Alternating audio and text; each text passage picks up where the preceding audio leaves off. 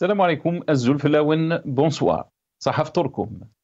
Lors de son entrevue périodique avec les médias, le chef de l'État, M. Ahmed Tebboune, a déclaré « L'Algérie ne renoncera pas à la Palestine. Nous l'avons défendu et nous continuerons à le faire. » Mettons en avant la bataille que mène l'Algérie à cet égard au sein des Nations Unies. Le président Tebboune a rappelé que la question palestinienne est une question fondamentale qui nécessite concertation et entente. S'interrogeons sur ces réunions restreintes qui ont eu lieu sur la situation en Palestine. À cet égard, le chef de l'État est revenu sur la position de l'Algérie à l'égard de la Ligue arabe, en rappelant qu'elle réclame depuis les années 70 une réforme de cette organisation. Concernant les relations avec l'Afrique, M. Ahmed Tebboune a déclaré que l'objectif de l'Algérie est l'unité du continent et le rassemblement, tel que prôné par les anciens dirigeants. Il a évoqué les initiatives entreprises par l'Algérie, notamment l'accueil des étudiants dans les universités algériennes, voire dans les écoles relevant de l'Armée nationale populaire, l'ANP.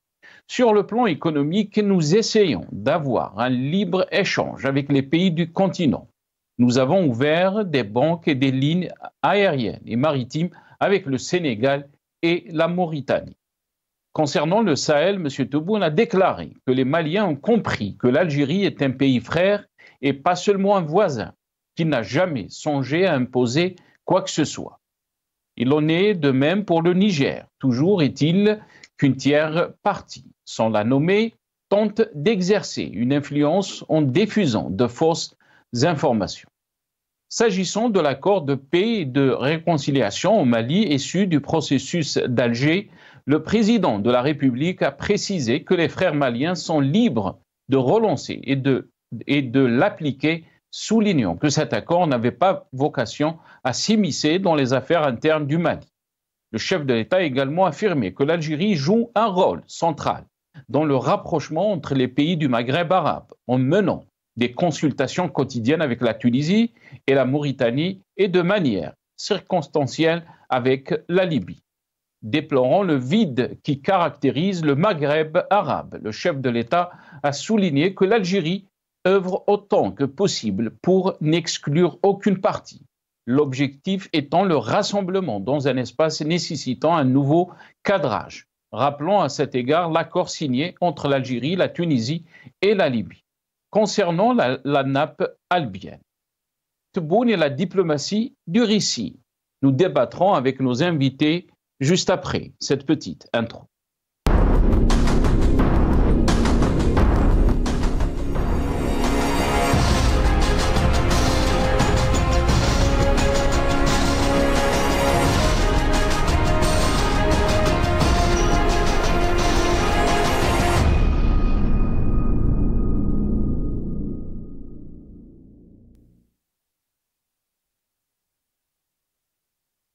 Algérie, Tebboune et la diplomatie du récit, le titre de notre émission pour ce soir. Et pour en parler, j'ai le plaisir d'accueillir dans cette émission M. Rafik Bouhlel, économiste et analyste politique. Il est avec nous depuis Paris via Skype.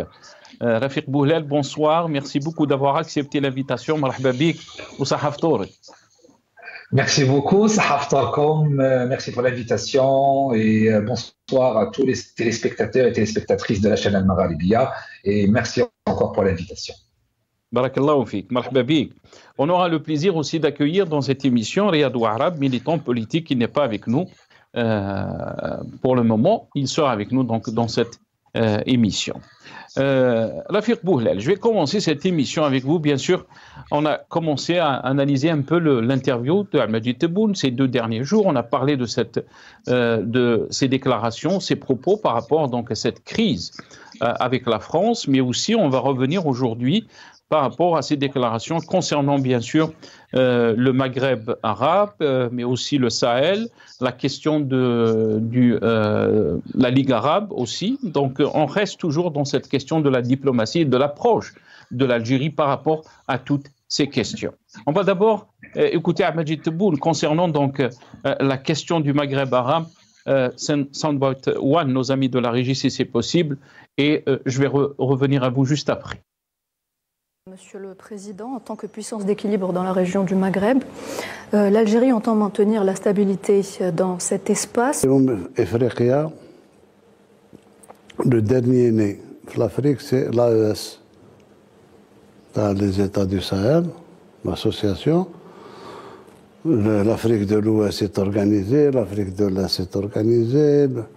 احنا المغرب فارغ فيه فراغ يعني تصرفاتنا بتقريب فرادى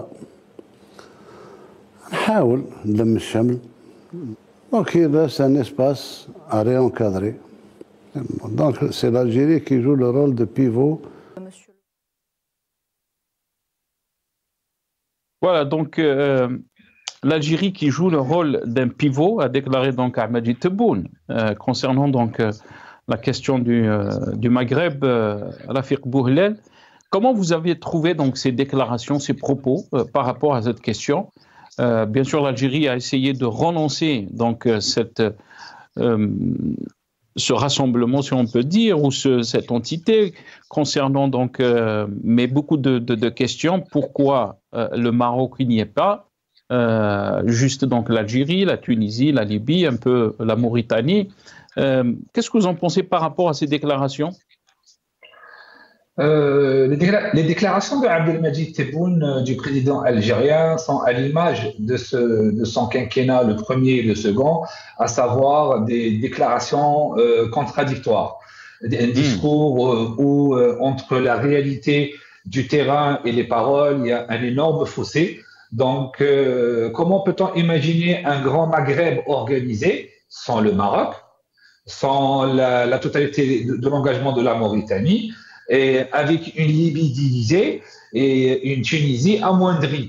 Donc, encore une fois, le régime algérien essaye par tous les moyens de contrer, encore une fois, l'expansion diplomatique du Maroc en Afrique, que ce soit de l'Ouest, ou l'Afrique centrale, ou l'Afrique de l'Est. Et pour cela, il essaye de créer des alliances très fragiles entre l'Algérie, la Libye et la Tunisie. On a remarqué que l'année dernière, suite à la rencontre entre le chef du gouvernement tunisien, algérien et les rencontres qui se sont produites à Alger, quelques jours plus tard, le représentant libyen s'est rendu au Maroc. Donc, imaginez un grand Maghreb sans le Maroc et sans la totalité de la Libye et avec une Mauritanie impliquée dans le projet. Cette manœuvre politique du régime algérien montre encore une fois son désarroi et son isolation sur la scène internationale, et notamment sur la scène africaine, où l'Algérie a perdu beaucoup de sa superbe à travers les années, car l'Algérie a toujours eu une méthodologie de travail avec les pays africains, à savoir l'effacement des dettes et quelques relations commerciales basées sur l'exportation de quelques produits de l'Algérie vers les pays africains. Mais néanmoins, aujourd'hui, l'Algérie a perdu sa place de leader sur le continent africain, contrairement à ce que Tebboune affirme. Très bien. On va revenir sur la question africaine, Rafiq, mais on va rester un peu sur cette question du Maghreb. Lui, il dit, et là je le cite, l'Algérie joue un rôle central dans le rapprochement entre les pays du Maghreb arabe. Et bien sûr, il a rappelé que l'Algérie donc a pour objectif le rassemblement dans un espace nécessitant un nouveau cadrage. Et qu'il n'exclut aucun pays. Pardon.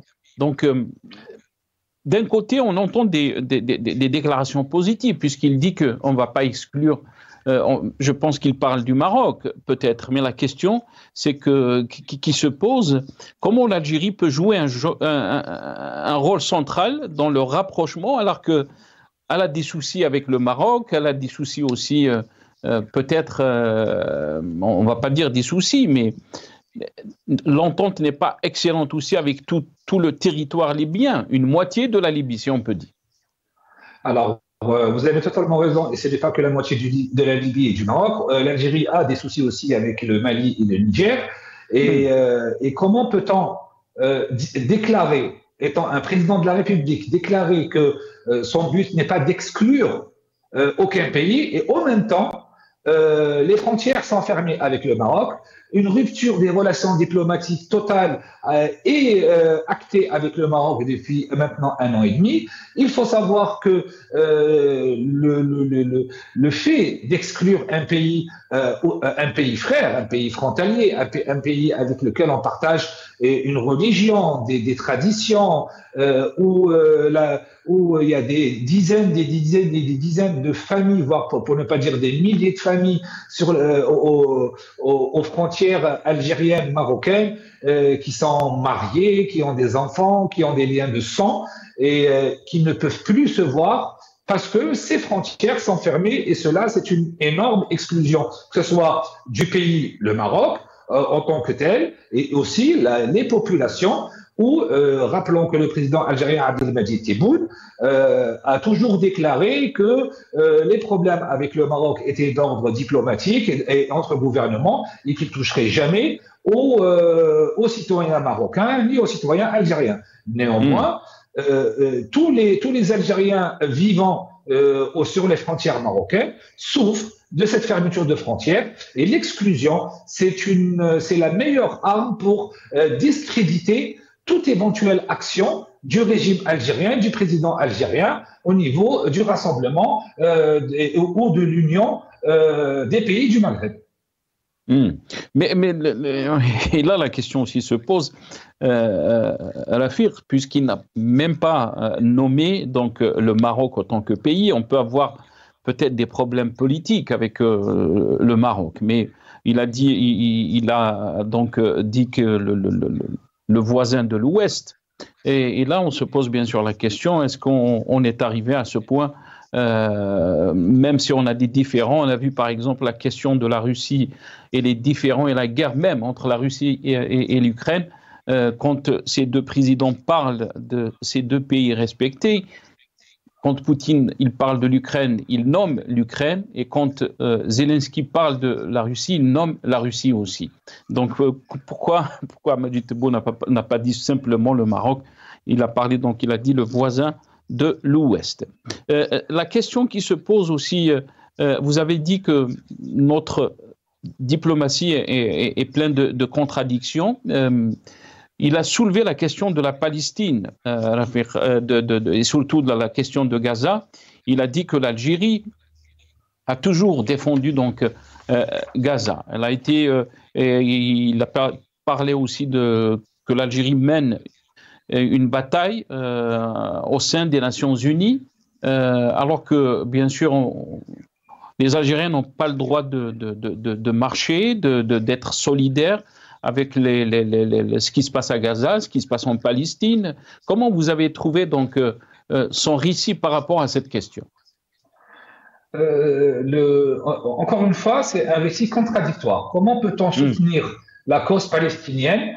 Comment pouvons-nous soutenir la cause palestinienne et le génocide qui se produit depuis maintenant plus d'une année sur la bande de Gaza, et en interdisant au peuple algérien qui aime le peuple palestinien de pouvoir sortir dehors et manifester son soutien à la cause palestinienne. Comment expliquer qu'à Londres, à Paris, à New York, à Montréal ou à Stockholm, il y a des manifestations de centaines de milliers de personnes qui sortent pour dénoncer ce qui se passe dans l'enclave palestinienne, alors qu'en Algérie, si vous sortez un drapeau palestinien, vous êtes automatiquement interpellé, voire mis en prison. Donc le soutien verbal, oui, peut-être, mais sur le terrain, on voit aucune action. Rappelons que le président algérien Abdelmadjid Tebboune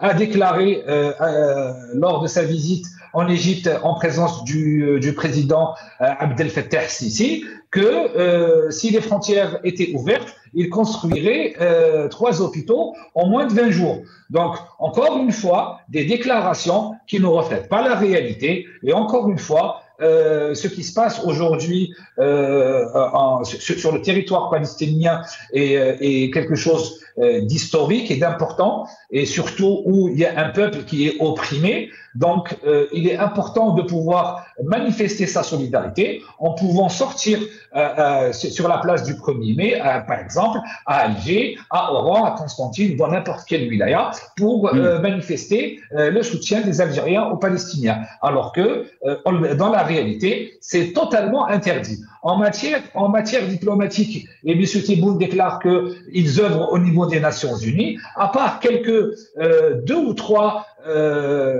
propositions d'amendement, il n'y a aucune des propositions algériennes n'a été retenue, aucune proposition algérienne n'a fait l'objet d'études sérieuses de la part des Nations Unies. Donc ça montre que l'Algérie, contrairement à ce que veut montrer Tebboune et le régime algérien, l'Algérie n'a pas de poids suffisant sur la scène internationale pour faire avancer les amendements proposés au niveau de l'ONU.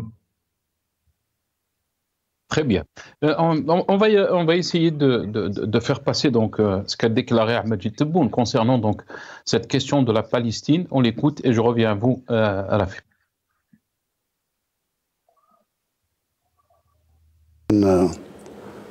قضية فلسطين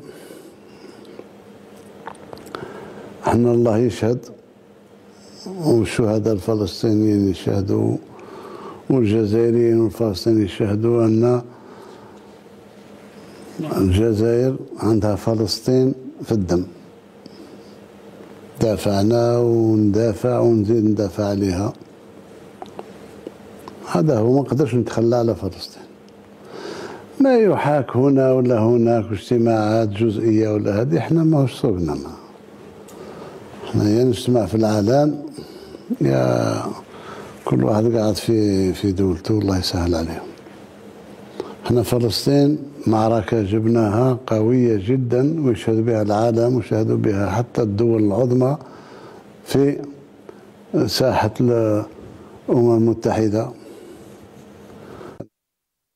Voilà, donc Ahmed Tebboune, كل واحد يقعد في دولته. Il a fait référence bien sûr à la Ligue arabe. On va l'écouter aussi, qu'est-ce qu'il a déclaré par rapport donc à la Ligue arabe. الجامعة العربية تقريبا السبعينيات والجزائر تطلب إعادة تنظيم، إعادة ترتيب البيت. الجامعة العربية تخلقت مباشرة بعد الحرب العالمية الأولى، قبل الحرب العالمية الثانية، وكل مؤسسات تغيروا هي باقية. ما احنا ننتمي لعالم عربي عنده الجامعة العربية رانا فيها وخلاص. أما باش الدور التحرري وهذا نخليها المحللين. أنا ما نفضل يعني ما نزيدش شرخ آخر أكثر من شيء راه موجود بين العائلة الواحدة. Rafiq, on sent Ahmed Tebboune qui n'est pas content, bien sûr, de la Ligue arabe. Est-ce que l'Algérie a été isolée? Qu'est-ce qui s'est passé? Parce que le dernier sommet, Ahmed Tebboune l'a boudé, si on peut dire. Il a envoyé donc le ministre des Affaires étrangères, Ahmed Attaf. Votre sentiment par rapport à cette question? Honnêtement, quand je vois la posture déjà du président algérien lors de ces déclarations, déjà il est assis de manière hautaine. Vous avez l'impression qu'il est assis dans un café, et ces déclarations sont floues. Il n'arrive pas à trouver ses mots, il n'arrive pas à faire une phrase correcte, explicite pour un président de la République, et il essayait de gagner du temps pour répondre à la question de la journaliste en mettant des des i, des je ne sais pas, chacun reste chez lui, parce que il faut savoir que l'Algérie s'est auto-exclue elle-même à travers ses positions.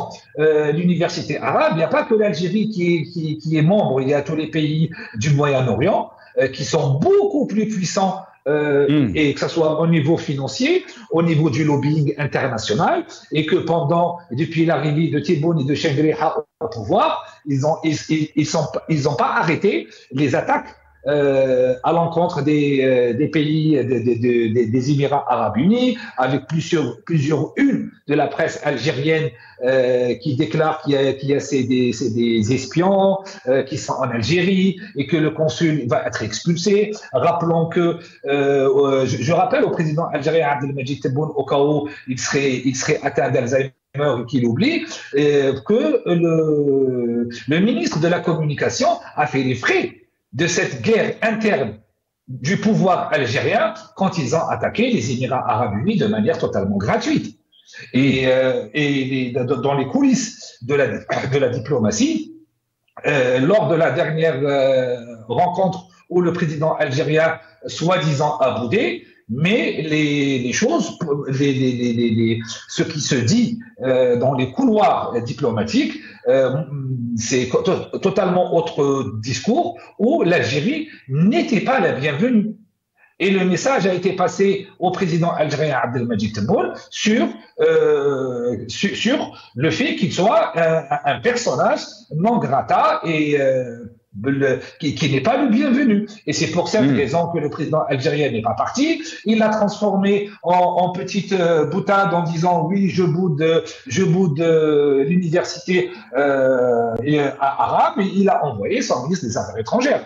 Donc, honnêtement, on voit que la diplomatie algérienne agressive, qui attaque à tout va, qui ne pense pas à l'intérêt du pays, aujourd'hui, en 2025, lors du deuxième quinquennat de Tebboune, l'Algérie récolte ce qu'elle a semé pendant les 5 premières années, à savoir une exclusion, la perte de sa valeur au niveau international, qui se respecte pas en changeant de position selon le profil des pays. Et dans les relations internationales, dans les relations diplomatiques, il faut savoir que les pays veulent avoir des interlocuteurs fiables, des interlocuteurs stables avec qui ils peuvent mettre en place une feuille de route pour les intérêts des pays communs. Alors qu'en Algérie, Tebboune, avec tout le respect que je lui dois, il ne commande rien du tout. Donc, c'est l'institution militaire, le côté francophone, le côté russophone,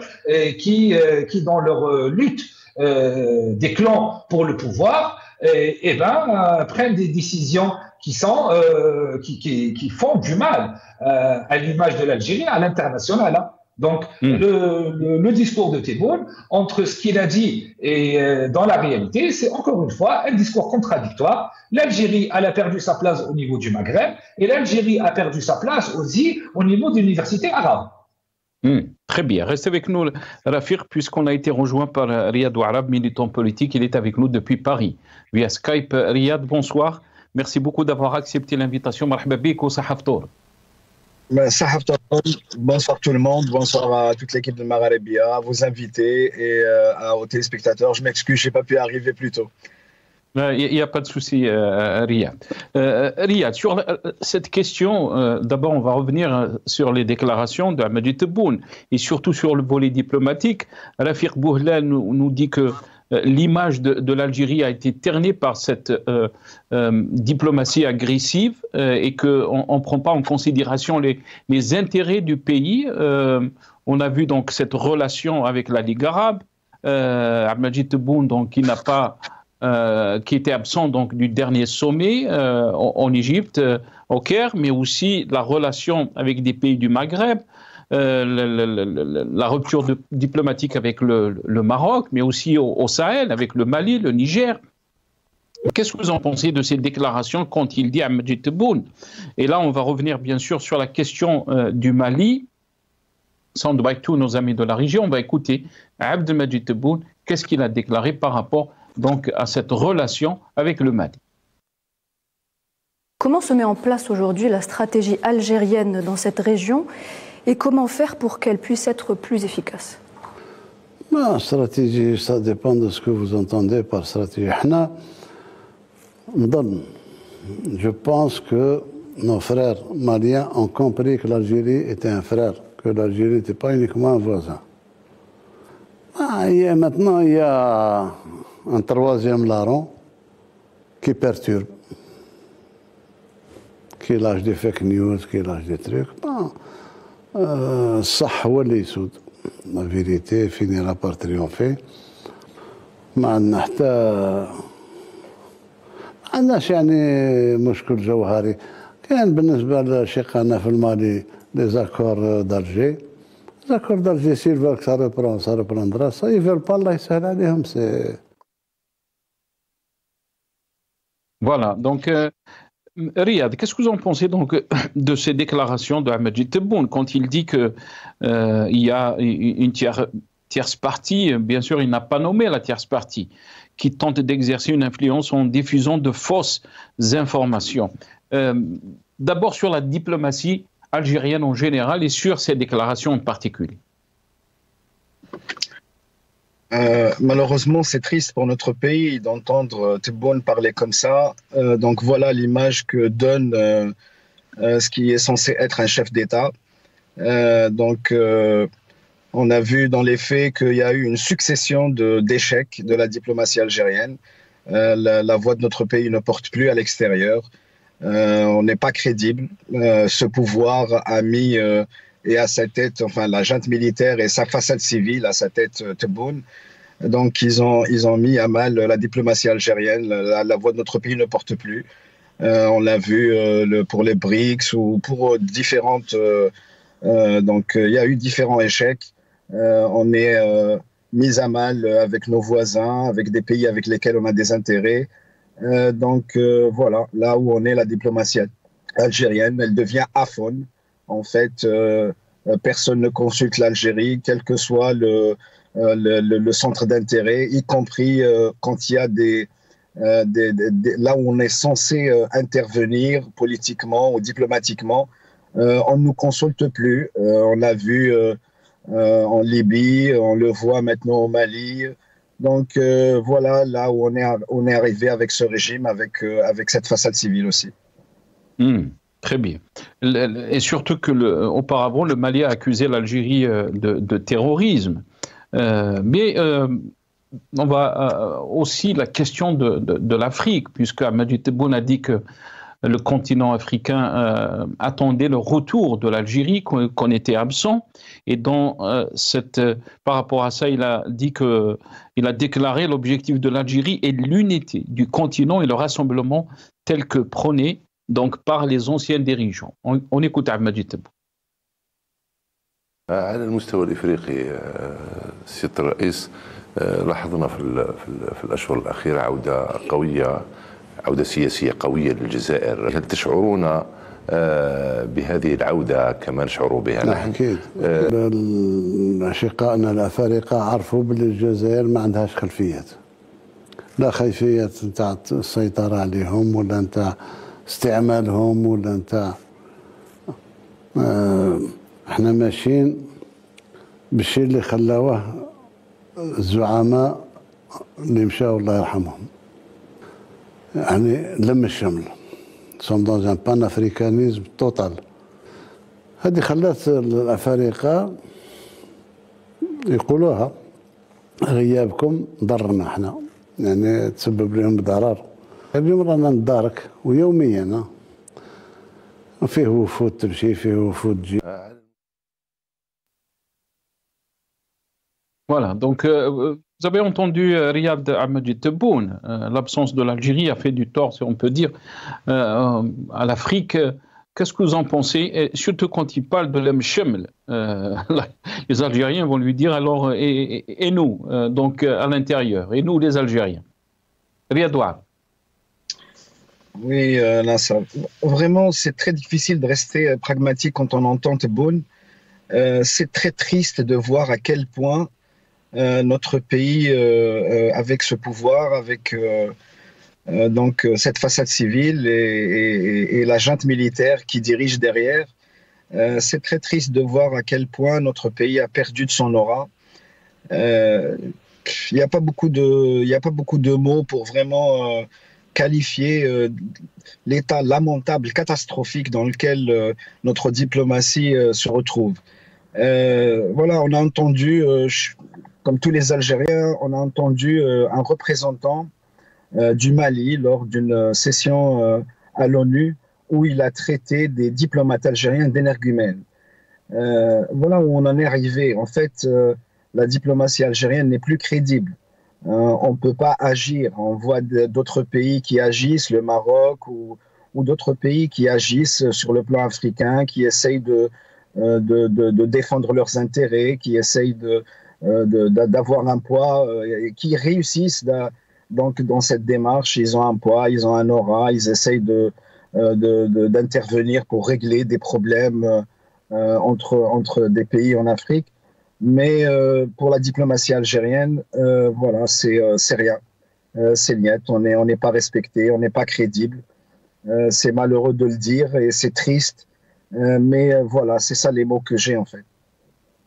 Très bien. Rafiq Bouhlel, si vous voulez rebondir bien sûr, et surtout sur le plan économique, j'aimerais avoir votre point de vue, puisqu'il a dit sur le plan économique, nous essayons en tant que d'avoir un libre-échange avec les pays du continent. Nous avons ouvert des banques et des lignes aériennes et maritimes avec le Sénégal et la Mauritanie. L'Algérie se positionne comme un acteur dans le continent africain. Il parle donc qu'il faut question de l'emchem de l'Afrique. Bien sûr, les Algériens vont dire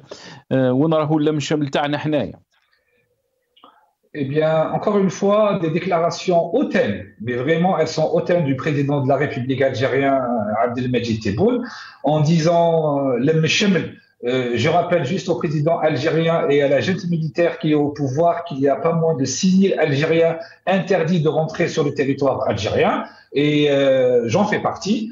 Ça, c'est une première des choses. Et deuxième des choses, comment parler de l'emchem alors que les problèmes internes en Algérie sont interminables. Et en parlant déjà concernant le Mali, moi, d'après mon expérience personnelle, il y a 20 ans de cela, j'étais responsable zone export Afrique de l'Ouest, où, en tant qu'Algérien, je me suis déplacé au Mali, à Bamako, dans le cadre de mon travail. Il y a 20 ans de cela, quand un Algérien débarquait sur l'aéroport de Bamako, il était reçu sur le tarmac. J'ai été reçu sur le tarmac par les représentants du consulat algérien à Bamako. Nous disposons d'un consulat grandissime. Et au fil des années, je dis bien au fil des années, on a perdu toute l'influence qu'on pouvait avoir en Afrique de l'Ouest, en Afrique de l'Est. Je vais aller plus loin. Concernant la Mauritanie, en 2017, je faisais partie de la délégation qui avait reçu le ministre du Travail de la Mauritanie à la direction nationale de l'ANSEJ concernant le modèle économique et le développement économique entre les deux pays en matière des petites et moyennes entreprises sur le volet de la pêche et autres. À ce jour, il n'y a eu aucune réalisation sur le terrain. Et surtout en matière économique, puisque Tebboune se permet d'être hautain et de prendre de haut nos frères africains, rappelons que l'Algérie est classée 18e sur 43 pays en Afrique en matière d'innovation économique. Rappelons que dans le discours de Tebboune, qui déclare que l'Algérie est une puissance régionale, est une puissance africaine et une puissance au niveau de la Méditerranée, comment peut-on avoir ce type de déclaration alors que nous sommes dépassés par la Somalie, nous sommes dépassés par le Rwanda, nous sommes dépassés par le Congo, nous sommes dépassés par le Sénégal et de très loin. Donc au niveau économique, au lieu depuis 20 ans, et je l'ai toujours dit, au lieu de penser à l'export vers l'Europe où les normes sont beaucoup plus contraignantes et le coût d'acheminement est plus élevé, qu'on devait toujours regarder vers l'Afrique et réaliser des partenariats gagnant-gagnant. Mais le régime algérien a toujours voulu et a toujours fait en sorte que son commerce extérieur soit destiné avec les pays européens, américains et les pays du Golfe, contrairement aux pays africains qui se contentaient uniquement d'effacer leurs dettes. Aujourd'hui, les pays africains n'ont pas besoin de l'Algérie. Aujourd'hui, quand le Mali traite nos diplomates d'énergumènes de manière publique, quand le ministre des Affaires étrangères nigérian convoque notre ambassadeur à Niamey à plusieurs reprises.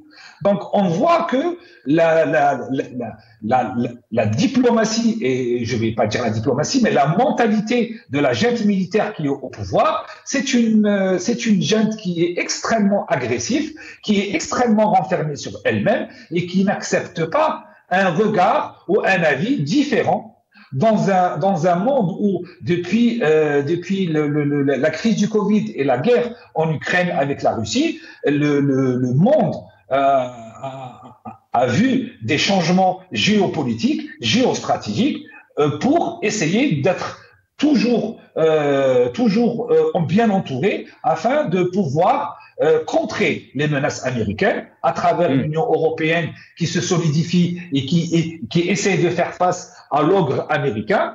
En Afrique de l'Ouest, on voit et on constate des alliances très fortes entre les pays africains. Aujourd'hui, le Maroc leur propose une ouverture sur l'océan et surtout mettre à leur disposition dans des contrats entre les pays des usines de dessalement d'eau de mer qui seront destinées au Niger, au Mali et à d'autres pays.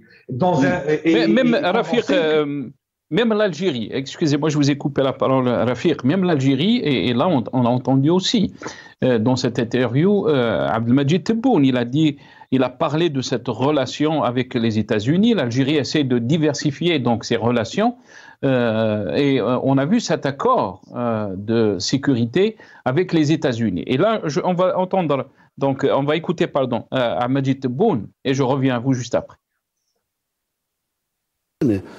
Je dirais que les relations entre nous et Washington s'améliorent quotidiennement. Quotidiennement. On a signé des accords militaires aussi. L'Africom fait son refueling chez nous, ils viennent, je l'ai reçu, moi, le général anglais, je l'ai reçu 2 fois. 3 fois même. Voilà, Rafiq, si vous voulez, bien sûr, parce que lui, il dit on a de bonnes relations, la relation même avec les États-Unis, elle est excellente. Donc l'Algérie essaie de diversifier, d'avoir une diversification par rapport à ses partenaires et surtout la relation avec les États-Unis. Comment peut-on lire le timing de cette relation et de cet accord sécuritaire ? Honnêtement, la réaction du régime algérien, c'est une réaction de peur. Le régime algérien a peur depuis l'élection de Trump à la tête de la Maison-Blanche pour la 2e fois, sachant que, et rappelons que en 2020, le président américain a reconnu la marocanité du Sahara occidental. Et l'Algérie n'a jamais réagi officiellement.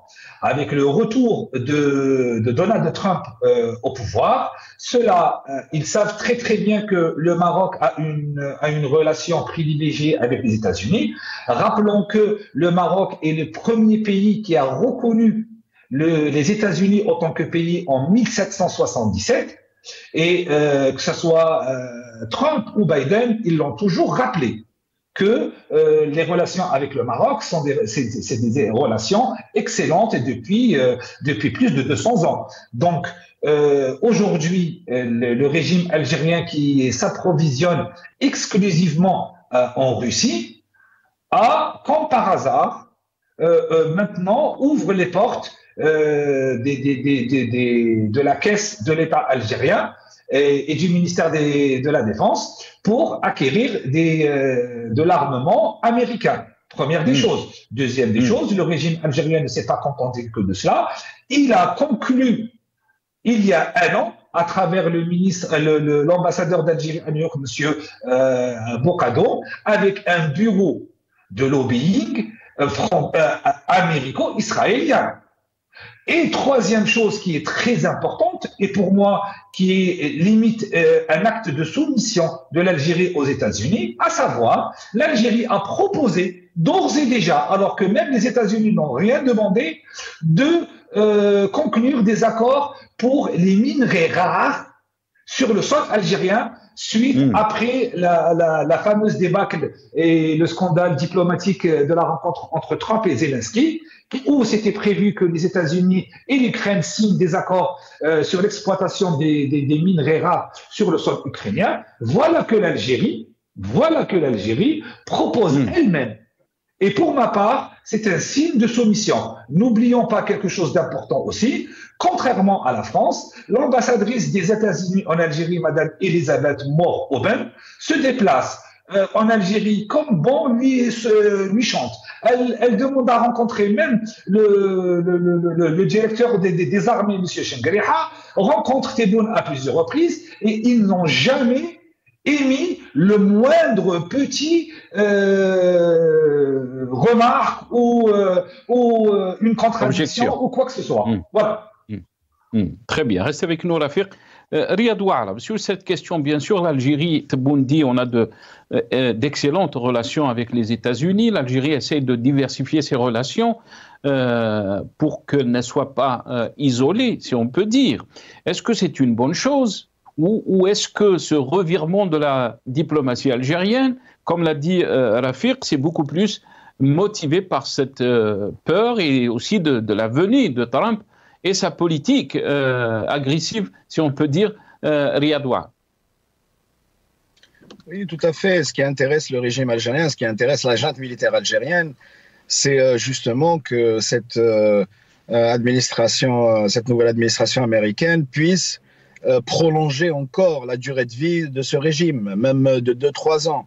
C'est tout ce qui les intéresse. Ils ont très peur que le président américain déclare ou sorte. Et d'ailleurs, je pense que c'est pour ça qu'ils ont avancé la mascarade électorale au 7 septembre. Ça devait être le 12 décembre.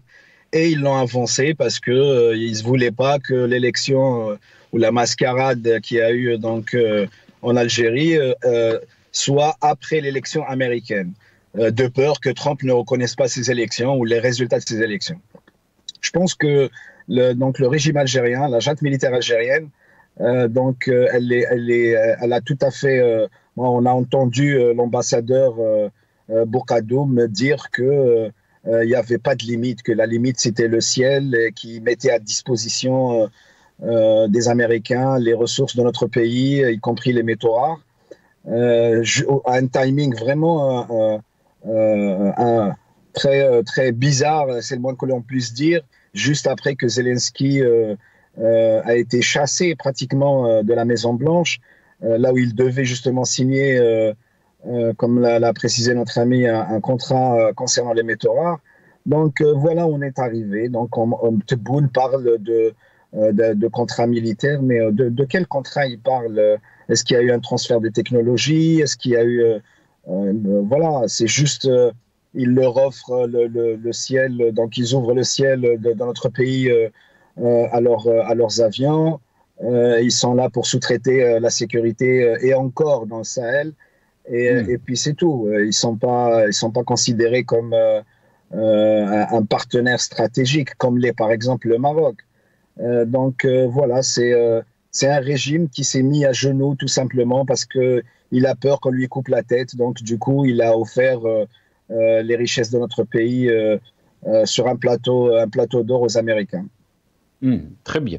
Il ne me reste pas beaucoup de temps, mais d'abord on va écouter cette déclaration d'Amedjid Tebboune concernant donc la diaspora algérienne aux États-Unis, mais on va revenir aussi ce qu'il a déclaré par rapport à la communauté algérienne en France. C'est les Algériens qui sont là-bas, sont chez eux.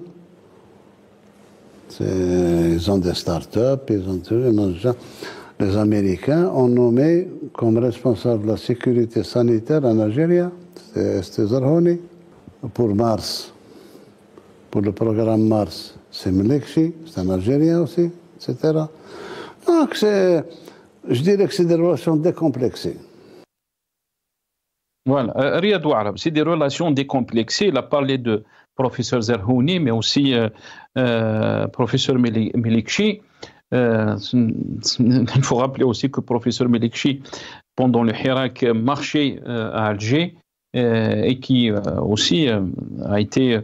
Il a eu un tollé d'insultes sur les réseaux sociaux parce qu'il était, entre guillemets, si on peut dire, opposant au régime. Mais Al-Majid Tebboune a parlé de professeur Malekchi. Riyad Ouarab, pendant bien sûr l'interview, Al-Majid Tebboune a déclaré que personne ne touchera donc à la communauté algérienne en France. Là, il parle de la communauté, bien sûr, algérienne aux États-Unis. Comment vous avez trouvé ces déclarations, Riyad Ouarab? La diaspora, personne ne touche la diaspora algérienne. Ce qui affaiblit la diaspora algérienne, c'est justement ce régime qui ne défend pas les intérêts de la diaspora, qui ne l'aide pas à s'organiser, bien au contraire. C'est ce régime-là et c'est leurs services de sécurité extérieure qui font tout pour essayer d'amadouer des compétences algériennes, mais sans succès, on le voit. Il parlait des compétences qu'il y a aux États-Unis. Moi, je me rappelle du cas de M. Habba, un inventeur prolifique qui a essayé de développer des entreprises en Algérie et à qui on a mis tous les bâtons dans les roues et il a dû retourner aux États-Unis. Pourtant, là-bas, il est très respecté. C'est un inventeur vraiment prolifique qui a plus d'une dizaine de milliers de brevets à son actif. Et pourtant, voilà, le pays lui ouvre pas les portes. Le régime algérien n'a jamais essayé de vraiment de capter les compétences algériennes et d'ouvrir le marché algérien aux compétences algériennes. Bien au contraire, il a fait exactement l'inverse. S'il y a quelque chose qui est exporté du pays, c'est bien la matière grise et c'est fait d'une façon préméditée. On a vu par exemple ici en France comment des opposants ont été traqués, parfois agressés par des agents des services secrets travaillant donc aux ambassades et aux consulats ici en France. On les traque, on essaye de leur proposer ou alors on les menace ou on leur propose de signer un pacte comme si je ne sais pas quoi, comme si ils étaient des traîtres ou de je ne sais pas quoi. Or que on a vu dernièrement comment un ancien ambassadeur français en Algérie avait déclaré que le président du Sénat avait un appartement ici en France et la justice algérienne n'a pas bougé. Donc voilà, tout le monde sait que le régime actuel, donc l'agent civil et sa façade militaire et sa façade civile ont des biens ici en France. Il y a des centaines de milliards de dollars qui ont été transférés ici en France. Blanchiment d'argent, la justice algérienne n'a pas bougé, la justice française aussi n'a pas bougé. Donc voilà où on en est. Quand on parle de la diaspora, le plus gros de la diaspora se trouve en France, mais c'est un colosse au pied d'argile. Il y a des compétences, il y a des Algériens qui ont ouvert des entreprises. On peut vraiment opérer un transfert de technologie, mais ce régime empêche cela. Et donc voilà où on se retrouve encore merci, Riyad. Entre des médecins. Oui. Merci Riyad, pardon parce qu'on est pressé par le temps. Très rapidement, Rafiq Bouhlal, je vous laisse, si vous voulez, une petite minute pour réagir par rapport à cette question. On a entendu donc Al-Majid Tebboune dire que rien ne touchera donc cette communauté algérienne. Bien sûr, si elle respecte la loi, est-ce que vous pensez que les choses sont comme ça, si on peut dire, on peut les exposer de cette façon, Rafiq?